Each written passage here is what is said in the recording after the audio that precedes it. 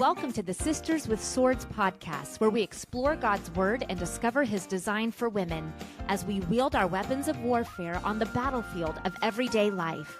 We're your hosts, Holly Knight and Janie Burkett. Hey there, sisters, and welcome to another episode of Sisters with Swords. Happy Tuesday to you all, if indeed it is a Tuesday that you're listening to this, and if not, just... This is the day the Lord has made. You know, let us rejoice and be glad in it. And happy day to you. Amen. Janie, I have to tell you about what I just saw on Instagram. Uh-oh. My friend, Gracie Binion. Oh, goodness. Well, and you all just heard the interview with her mom this past Thursday. Mm-hmm.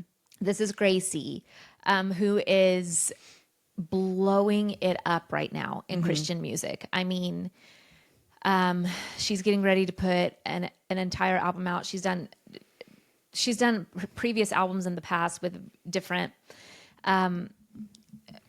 bands and ministries, and she's recorded with her parents, and she's amazing. But this girl, Gracie, she's been my sweet little friend forever. She's in her early 20s. She's a newlywed. And so shout out to Gracie. And I took her to see in New York.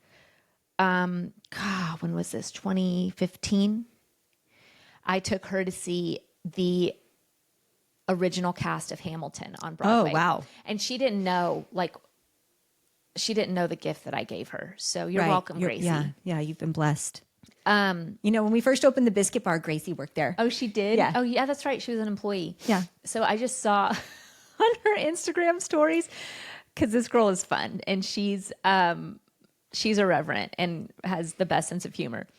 But the thing that she posted on her Instagram stories, it was real, and it says, no one ever really specified how David brought those foreskins back to Saul. Mm. And it was this video of, those things that you make bracelets with out of like the little rubber bands, and you can like loop bracelets together. Do I know about those? You know those. I know. They're all over you. Every one of the kids is into it right now. Yes, I know. All of your kids are doing that. But it was a picture of them looping these bands together and making jewelry. And it was like, we don't know how David got all these foreskins back to Saul. And I was like, touche. Like they could have looped together some jewelry and just worn the foreskins. And I was like, that's brilliant. Yeah. That is brilliant. So that was making me chuckle. I had to talk about that. But yes, I know your kids are totally into that because did Banner try and make you a bracelet? No, but Blake has made me a bracelet because we a couple weeks ago, I went to the 8th grade football game because Jolie was cheering. She's a cheerleader, so I go to the 8th grade football games to watch Jolie cheer, and Mom came, and she brought Blake with her. Mm. And Blake had, she can only watch the cheerleaders and the football for so long, and then it's like, well, now what do we do? Mm-hmm. And so Blake was sitting there making her jewelry, and we all got jewelry at that football game, and it was so cute. But yeah, just imagining doing that with foreskins really just made me chuckle. Do you know what's so funny? No. Blake makes those bracelets at recess at school and tries to sell them. Yeah, she does. Yeah, sell them. Make your coin, girl. I don't know what she's selling them for. Doesn't matter. Because to my knowledge, no third graders at our school actually have money on them. Yeah. I can't imagine why they would. Yeah. But they can't buy lunch, like lunch is already, they've already charged me for lunch. Yeah, it's included in the tuition. So there's not like lunch money happening. Right. Yeah. So there's nothing to buy. Yeah. Except for bracelets. So I don't know if they're like exchanging crayons. Right. Or special pens. Right. Who knows? Well, but Blake is selling those bracelets for something. And as she should, if people are buying them, then you better be selling them, honey. Right. Make that money. But also, what I was also thinking about before we hit record is I went into the kitchen to make myself yet another tea. So I go to Chick-fil-A often, but at least twice a week, I'll get a large unsweet tea like you have here, but then I'll get a gallon of unsweet tea. And then I use the same cup and the same straw and the same lid. I don't know if that's hygienic, but I will just refill this cup over and over and over with tea. And this is my hydration. I do not drink water. I might have a cup of coffee, but if any liquid is going into me, it is tea. And I was thinking, like, when did hydration become such a thing? I'm not sure because, you know, if you think about it, like our mama, my mom's mom, I mean, she was, or my papa for that matter, our papa, our dad's dad, like mama fell and broke her hip. And that's what ultimately caused her to pass. Right. At the age of 90. But other than that, like this woman was still driving, running around, like doing all the things, like not, like she would have lived at least 10 more years if she hadn't fell and broke her hip. Right. And not one time ever have I even heard an inkling of her drinking water. No. And she didn't care if we drank water. No. Like it's not a thing. Like same with my papa. He lived 95. He was 95 when he passed. Not one time ever did I hear about him drinking water. Well, we got to hydrate. No. They didn't hydrate. We don't hydrate. We made it through a whole day of school. Like maybe after PE getting to stop by the water fountain. Remember, kids behind you would count 1, 2, 3, and then you had to be done. That was it. That was our... Now these kids got to go to school with a water bottle, a Walla, a Stanley. We didn't have water bottles growing up and going to school, and we grew up in Colorado where it is dry. It is the desert. It literally is a desert climate, and we did not drink water. No, we did not drink water. I don't even recall drinking anything. Like, what did we drink? Well, I know I had a Diet Coke habit. Yeah. And that did give you the kidney stones. Exactly. So I did have kidney stones, which led to like the ripe old age of like 17. Well, okay. Which led to bladder trauma that I still endure. But so maybe I should have been hydrating. Well, of course you should have. But I mean, but who decided, oh, we need to start hydrating? Like, when did that happen? Because we did not grow up. My kids go to school every day with a water bottle filled. And they might take even a liquid IV and put it in there for extra hydration and for the electrolytes. And I'm like, when did we decide we all collectively as a human race needed to be hydrating? Yeah. Who made that decision?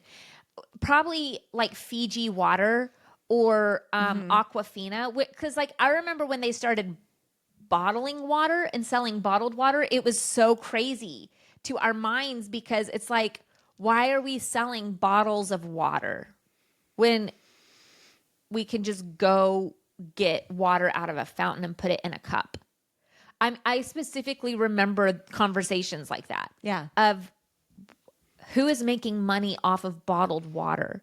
And now you go to the airport and you get a bottle of water and it's $7. Yeah. Because you can't bring your own through the security and they know. Yes.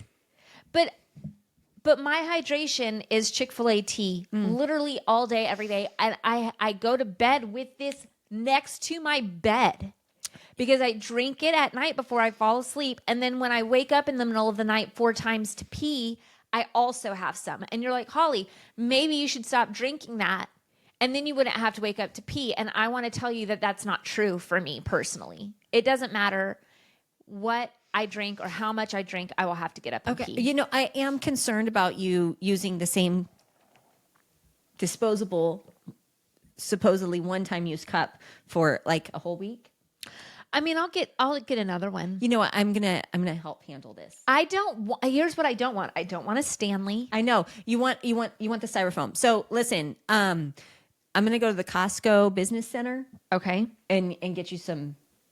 Get you some disposable Costco styrofoam, or just styrofoam cups with lids. I like styrofoam. Right. I know it keeps everything cold. That was one of the things you could not handle about New York City. No, New York City outlawed styrofoam. You can't find it. Like literally, you can't find it. Mm-hmm. You can't go to Chick-fil-A has different cups for New York City. Yes, and like if you go to a restaurant and get some takeout. You might get like a foam, like little clamshell thing to put your, sandwich in or your salad in or whatever it is, and it would be made of styrofoam. No, it's all cardboard or plastic there. Mm-hmm. No styrofoam in New York at all. So you feel like you've got to do more styrofoam to make up for the people that can't have styrofoam in New York City. Yes. I really want that to net out or be a net positive and for styrofoam. That's what I'm really trying to do. But I love a styrofoam cup. I do remember the days. I remember what it's like to be without a styrofoam cup. Right. You remember those days. And so I'm here representing for it, but I was laughing at I'm fine with my tea. That's what I want to drink all day every day. And I want to know why we all decided we needed to start hydrating. When I was in Seattle 2 summers ago visiting a high school friend, she was joking. She was like, I don't make my kids drink water. Like, who cares?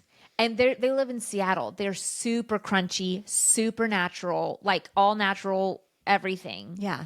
And she's like, she goes, we're all gonna be fine. We're fine. Like, if we're thirsty, we'll get something to drink, and like, we're fine. Like, I don't make my kids drink water. And I was like, it dawned on me, like, yeah, stick it to the man. Who decided we were supposed to be drinking water all day, every day? Who decided that? Probably whoever wanted to put fluoride in it and poison us with the fluoride. Yes, Bill Gates. Bill Gates. It was him. It was Bill Gates. Am I wrong or am I wrong? I just had that word. The Lord just gave that to me. Bill Gates made us drink water. And they're putting the fluoride in it and they're killing us. And so, I am sticking it to Bill Gates by drinking tea out of my styrofoam cup. That's right. Okay? And y'all can pray on it and decide if you want to take up that cause as well. But I'm just saying, like, the kids are going to be fine. Yeah, they are. We don't have to drown them in water. Because we were not drowned in water, and our parents and our grandparents for sure never had a glass of water a day in their life. I mean, I don't know what they were drinking, but it wasn't, or it was from a hose. If it was water, it was from the garden hose outside while they were planting their crops.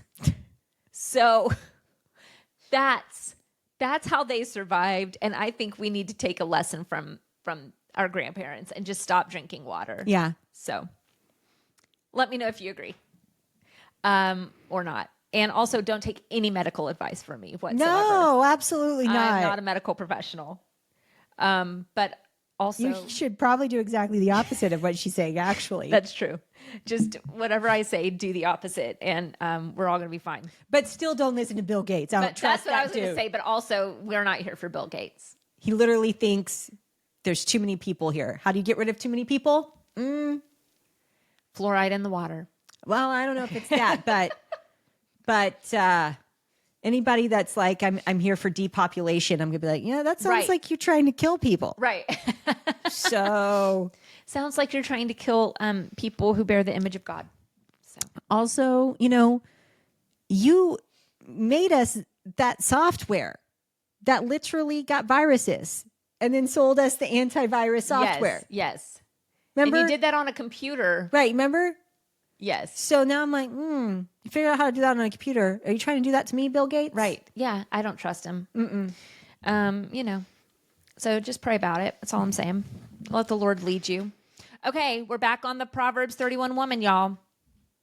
Last week, we learned that she selects wool and flax and works with willing hands. And we really got down into the nitty gritty of that. And we're moving on this week. She is like the merchant ships bringing her food from far away. Again, reading this in English is lovely. She selects wool and flax. She's working with willing hands. She's like a merchant ship bringing her food from far away.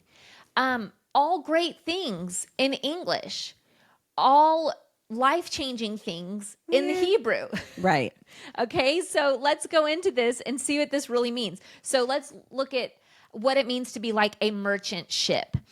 So the word merchant there, and remember last week you said that the word for she works with willing hands was she manufactures with willing hands. And we're going to start seeing a lot of that type of language. Here we have a merchant ship.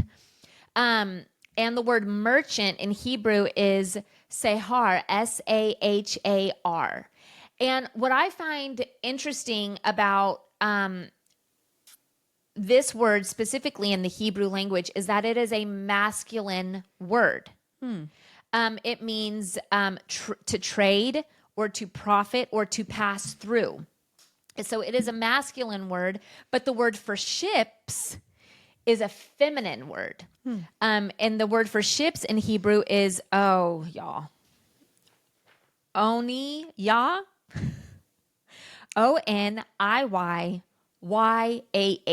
Okay. And that is a feminine word, and it means vessels or fleets. So here we have her summed up in both a masculine and feminine word. And we've talked about this before as well, in that she is a reflection made in God's image, and God has both masculine, what we would call masculine, and feminine qualities. We talked about it when we were talking about wisdom, how wisdom is a feminine quality, or it's personified as a woman in Proverbs. So here we have this woman being likened to something masculine and something feminine. Do you want to hear how to say that word? Yes. Oniyah. Oniyah. Yeah. Okay, see, I was close. Oniyah. Oniyah. Oniyah. So she is it's masculine, sahar, for merchant, and then feminine, oniyah, for ship. Both masculine and feminine. And it says she is like merchant ships. She is like merchant ships. There's more than one. And we see here that this word in Hebrew means a fleet or multiple vessels.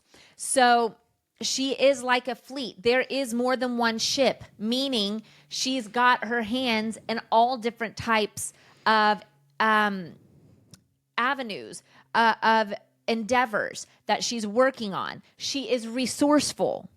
She is fruitful, and she deals in abundance. We've got abundance here on this ship, abundance here on this ship, abundance here on this ship. She is protective. Here's another word that I want to share with you that relates to the word sahar, or merchant. We can find this same word used in Proverbs 91:4. He will cover you with... What did I say? Proverbs. Psalm 91:4. There is no Proverbs 91:4. Psalm 91:4. He will cover you with his feathers. You will take refuge under his wings. His faithfulness will be a protective shield. That word protective is also sahar, which means merchant, trader, prophet. And again, this is talking about God protecting Israel, or protecting the believer now for us, in a very feminine way. He will cover you with his feathers. You will take refuge under his wings. This was what mother birds did to their young. They would take them, and I've seen pictures of this. You can look this up, and it is beautiful. Take their young when it's raining and just tuck them up underneath their wing and just sit there and hold them there like this whenever there's a storm, it's windy, it's raining. These little birds are so light they could be blown away, whatever. The mother comes and takes the young and tucks them up under their wing.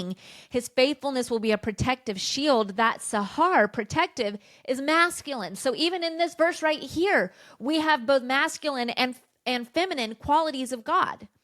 That's really interesting that the same word for merchant is protector. Yes. That's very interesting. Merchant ships. It means protection, but it also means to pass through, to trade, or to profit. So, and she is like this merchant ship. So, ships, plural, like I said. So we have both the masculine and the feminine qualities there. There's multiple ships. There's a fleet, like I said. So again, she's protecting in multiple ways. She's profiting in multiple ways. She's got multiple endeavors. She is resourceful, and she deals with abundance. So that is merchant ships. She is like the merchant ships that brings her food from far away. But bringing her food, let's look at that word food, okay? the word food there in the Hebrew is lehem, which means bread, grain. It's where we get the word Bethlehem. Yeah.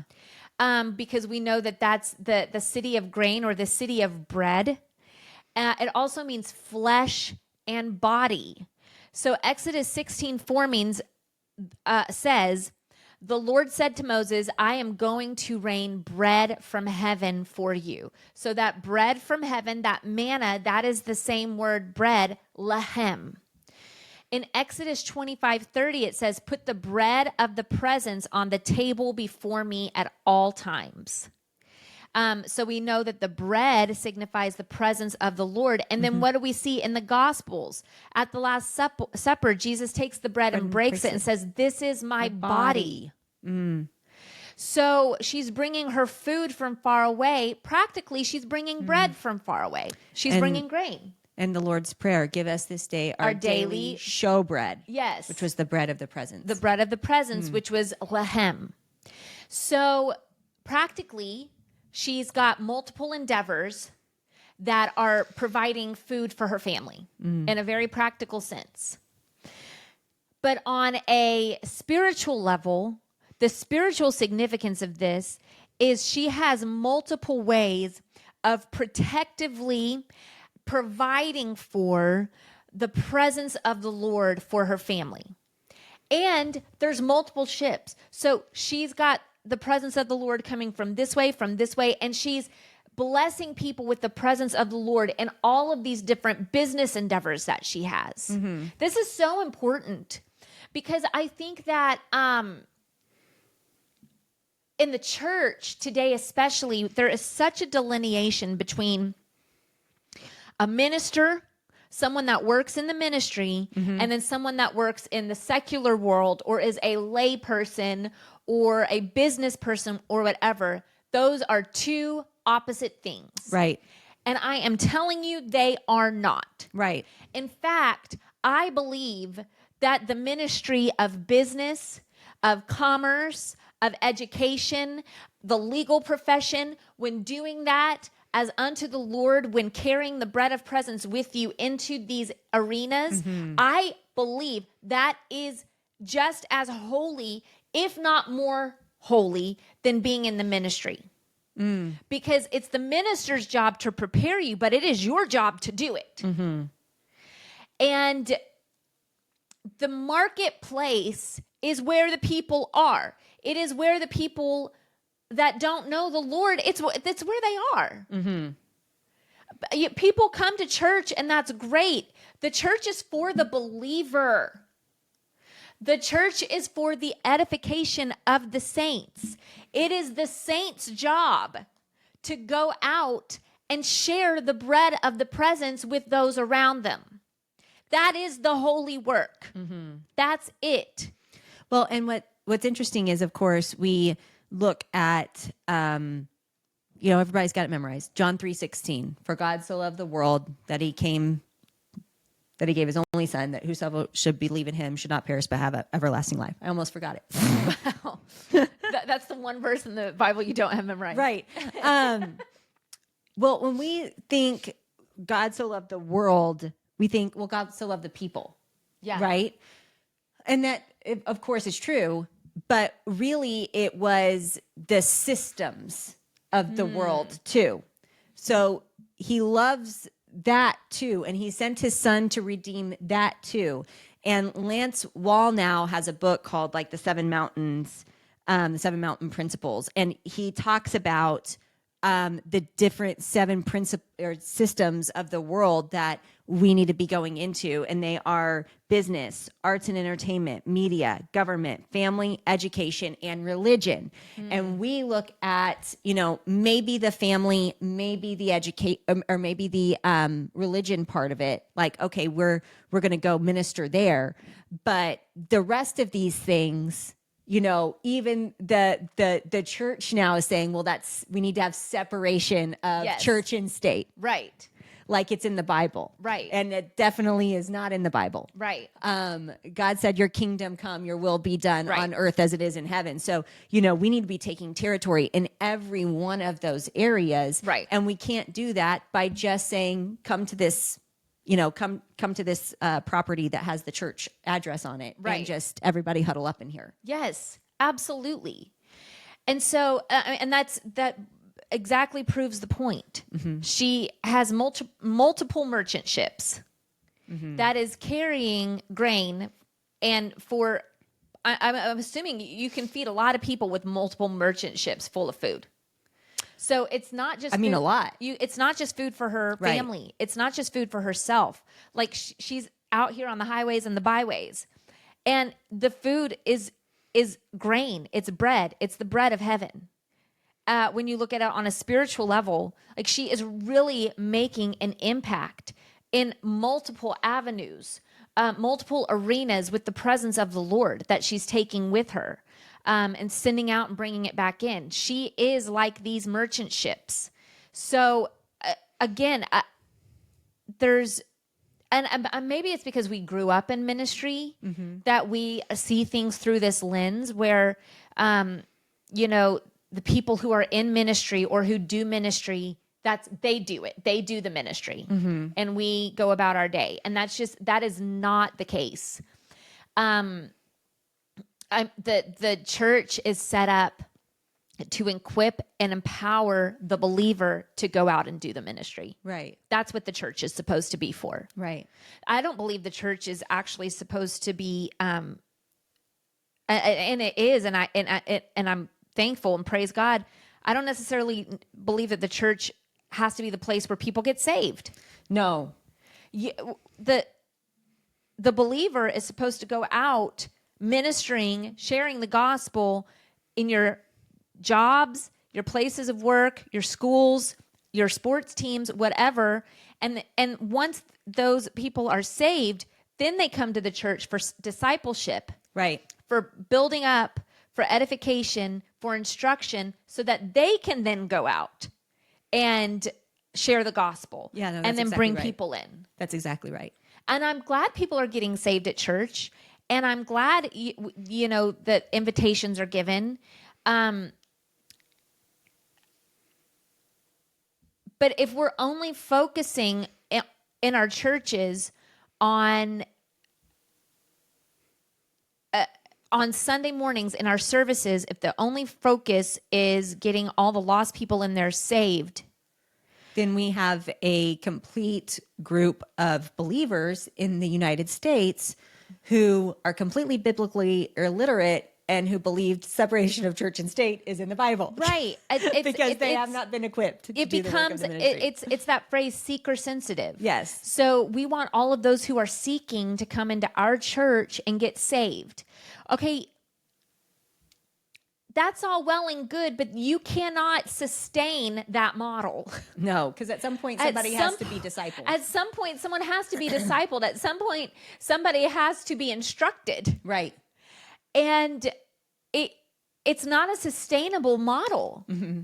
The church should be the place where the believer comes, gets instructed, gets edified, gets discipled, and then goes out and shares the gospel themselves. That is the believer's job. Yeah. Not your pastor's job. It is your pastor's job as a believer himself or herself to go out and share the good news of the gospel to people that they come in contact with. But it's your job too. You're a priest. Yeah. I'm a priest.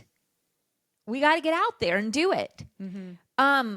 With our merchant ships, we're responsible for bringing the food with us, for sending the food, multiple ships full of food for those in need. So that is, she is like a merchant ship. She is like the merchant ships. Let me make sure I get that right. She is like the merchant ships, multiple of them, bringing her food from far away. Now I want to talk about from far away. So it says she's far away and she's bringing it in. Far away is not close to home. And I'm not talking about it. It can be in a physical sense. It can be in a literal sense. But what I'm talking about is to be far away from your comfort zone, because home is comfortable. Yes, it is. I like to be home. I like to be in my bed specifically, or on the couch. That's where I'm comfortable. Anything that requires me to get up out of bed or get up out of my chair and leave my home to go do something, now I'm out of my comfort zone. And it's saying she was far away. She has multiple merchant ships, and she's bringing all of this food back for all of the people around her. Means this lady got uncomfortable. She went out of her comfort zone to do this. She was probably inconvenienced to do this. It was not convenient. She could have stayed home and slept, because we know she's got wool and flax and linen, so we know she's got comfy blankets. We know she's got a comfortable bed at home. We got a husband who loves her. And yet she goes far away and is like all these merchant ships coming in from far away, filled with grain, filled with food. And that's the whole point of this thing right here, is when you decide to be like these merchant ships, that you're going to carry the bread of the presence with you, the presence of the Lord with you, and you're going to personally be responsible for sharing the presence of the Lord, this bread of the presence, with those around you in every avenue of your life. It will be uncomfortable. You will be asked to leave your comfort zone at some point. You may be inconvenienced at some point to have to do this, to say yes to this. But you have to think of all of the starving people that must have been fed and blessed by this one woman's fleet of merchant ships. Yeah. Coming from far away, from her comfort zone, from outside of her comfort zone. That's what we're called to do as believers. Go outside our comfort zone. Go ye therefore into all the world and preach the gospel, making disciples, baptizing them. That's it. That's what Jesus said to do, the Great Commission. Are we doing it or are we not? Are we leaving it up to the people that work in a church building? Or are we taking this mantle on ourselves? This woman did not work in a church building. She did not go to seminary. She's not a pastor. She's not a women's leader. She's a business owner. That's who this woman is. She's a business owner and a mom.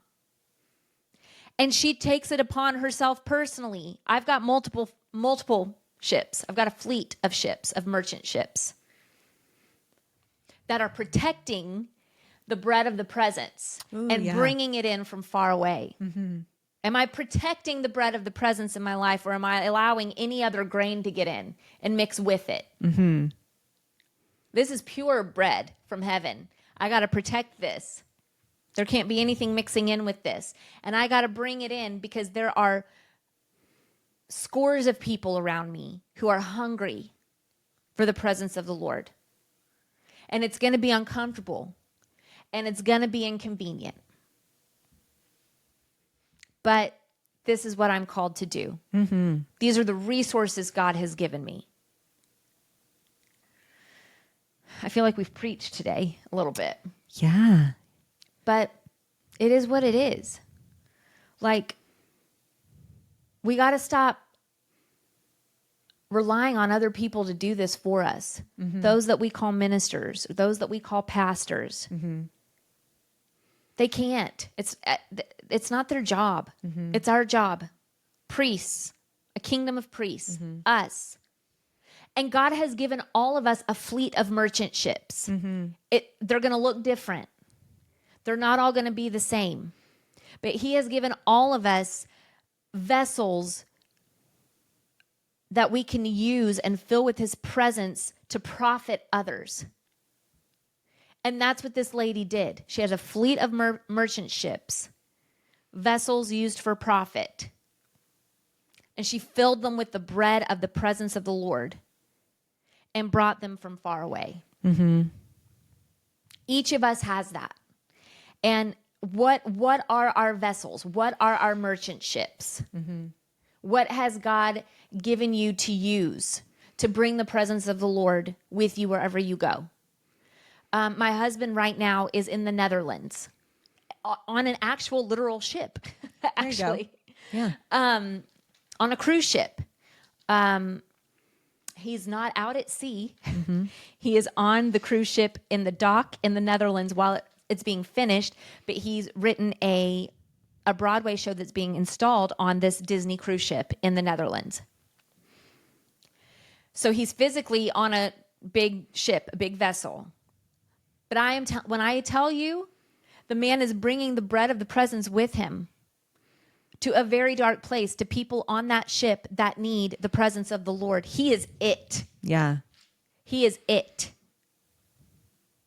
And the vessel that God gave him to do that with is music. Yep. Is writing music. That's the vessel. What is your vessel? I mean, it might be you can bake. And so we met a lovely woman at Bible study a few weeks ago. We've become friends with her. She baked us pumpkin bread. She shared the bread. That's actual bread, but I mean, like, that's her. She said, "This is what I do. I bake and I want to bless people with it." That's her vessel. Yeah. That's her ship. We love pumpkin bread. We sure do. Hallelujah. Just bread in general. Indeed. But what is your vessel? Are you a teacher? Your classroom might be your vessel. Mm-hmm. Are you a nurse, a doctor? Healing people might be your vessel that you fill with the presence of the Lord. And you go out of your way, out of your comfort zone to deliver the presence of the Lord to somebody. Mm-hmm. What is your vessel? I think of our friend Bethany Tony. Mm-hmm. Her husband, Tyler Tony, their group is Dude Perfect, and they've got billions of subscribers. They're like one of the biggest YouTube channels in the world. Yeah. Their vessel is trick shots, is being stupid. Right. And jumping out of airplanes and off of buildings and throwing balls out of helicopters and crazy things. But they share the Lord. Yeah. And they fill arenas and football stadiums, and they go on tour, and they've got billions and billions and billions of views worldwide on all of their on all of their platforms. Their vessel is trick shots and being idiots. Right. And I'm telling you, the Lord is using that. Right. So what is your vessel that God has called you to fill with food, with the bread of the presence of Jesus Christ, to share with those who are hungry around you? Mm-hmm. She is like the merchant ships bringing her food from far away. What is your vessel? Amen. You've been flipping over there. Do you have... Well, I mean, just, what Jesus said, the fields are wide unto harvest, but the workers are few. Right. Pray to the Lord of the harvest to send out workers into the harvest. Go.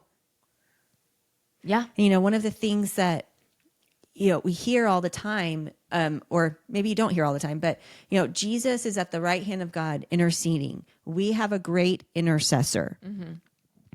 And as I've been, developing my own prayer life, I always say, okay, well, if Jesus is at the right hand of the Father interceding and praying, yeah, what is Jesus praying? Yeah. I want to pray what Jesus is praying. Yeah. Okay, well, he says right here, pray to the Lord of the harvest to send out laborers into the harvest. Yeah. And so, not only do we want to pray what he's doing, but it's kind of, I feel like, almost a passive aggressive Jesus. Yeah. Because it's like, we want to pray, but I guess I'm going to be the answer to your prayer, Jesus. Right. Right. Am I going to be the answer to my own prayer? Right. Oh, the laborers are few. Oh, you looking at me, Jesus? Yeah.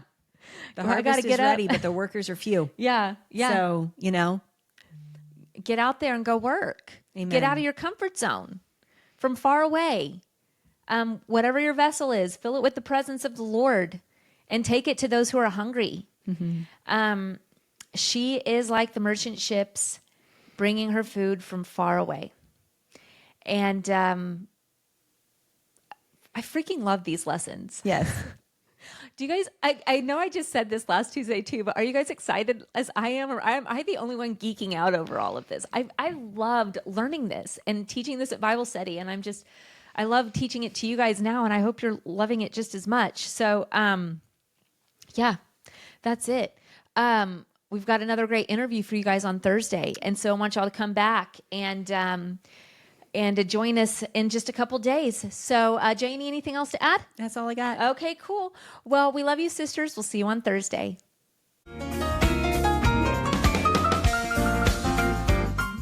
Sisters with Swords is produced and edited by Holly Knight. Original music by the Minister of Funk and Husband of the Year, Bradley Knight.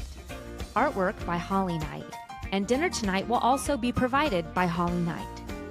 Please subscribe and share this podcast with your friends, and don't forget to follow us on Instagram at Sisters with Swords. We're cheering you on, sister. Go wield your sword.